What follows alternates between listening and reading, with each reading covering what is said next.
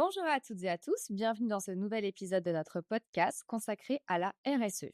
Aujourd'hui, on va parler d'un sujet stratégique pour les entreprises engagées, le BSI ou bilan social individuel, avec la problématique comment cet outil peut-il vous aider à mieux communiquer sur vos engagements RSE et valoriser vos actions autrement.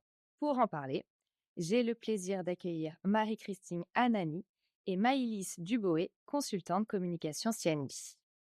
Bonjour Aude, merci de nous accueillir. C'est un plaisir d'échanger sur ce sujet.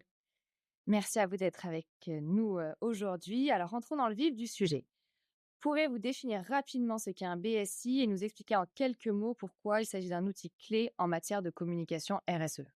Bien sûr, alors le BSI ou bilan social individuel, c'est un document personnalisé remis à chaque collaborateur pour leur donner une vision globale et synthétique de leur propre rémunération et des avantages sociaux mis en place par l'entreprise.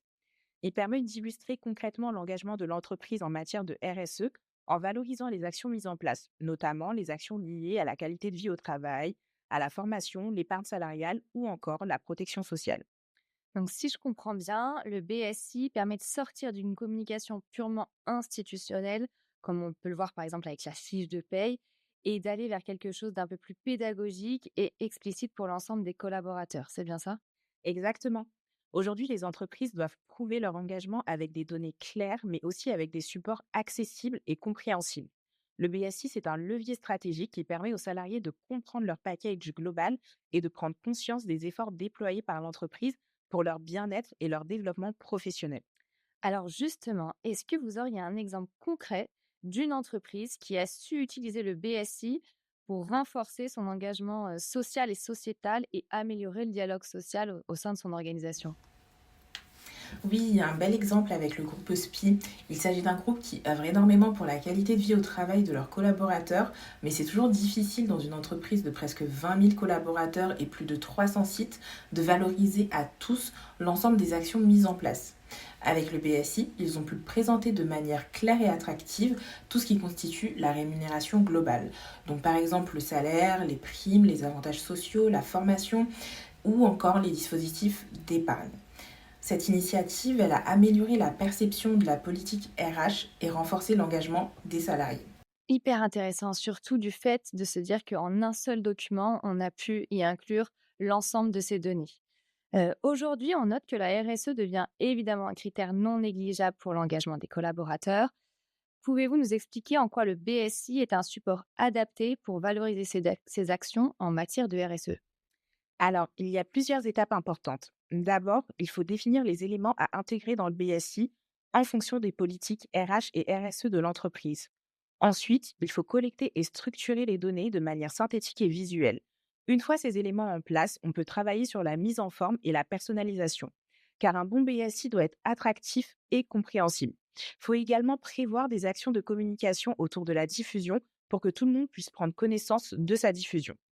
Au sujet des initiatives RSE à intégrer dans le BSI, les DRH peuvent communiquer par exemple sur la partie environnementale, sur la réduction de l'empreinte carbone, donc tout ce qui va être bilan carbone, plan de réduction des émissions, sur l'utilisation d'énergies renouvelables et l'optimisation de la consommation énergétique, sur la politique de réduction des déchets, donc par exemple les objectifs zéro plastique, le recyclage, la revalorisation des déchets, ou encore communiquer sur la sensibilisation et la formation des collaborateurs aux éco-gestes.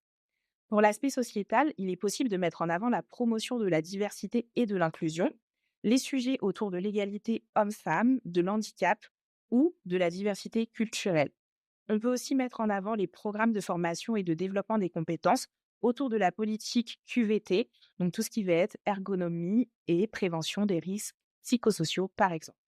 L'entreprise peut aussi mettre en avant son engagement sociétal avec des partenaires ou associations engagées dans des causes spécifiques. Communiquer sur des actions mises en place lors de journées de solidarité, par exemple. Le BSI, c'est un bon vecteur de communication pour aborder la politique d'achat responsable ou encore toute la dimension insertion professionnelle avec les emplois des jeunes ou la reconversion. Et enfin, il s'agit d'un bon moyen de refaire le point sur la gouvernance en abordant avec transparence les décisions des engagements RSE, le respect des normes éthiques, la sensibilisation des parties prenantes aux enjeux RSE. Les liens vers les documents officiels peuvent aussi y être intégrés. Charte, bilan carbone. Le BSI est vraiment un vecteur efficace pour communiquer et valoriser les actions RSE. Et puis, il s'agit d'un support très entendu par les collaborateurs, car c'est souvent l'un des seuls moyens de parler rémunération avec transparence. Je pense qu'il s'agit d'un des supports transmis par la RH le plus lu dans sa globalité. Un vrai travail de fond donc, mais qui porte bien ses fruits. Pour finir, est-ce que vous avez un dernier conseil pour une entreprise qui souhaite faire la différence avec son BSI? Mon conseil serait de toujours penser à la personnalisation et à la pédagogie.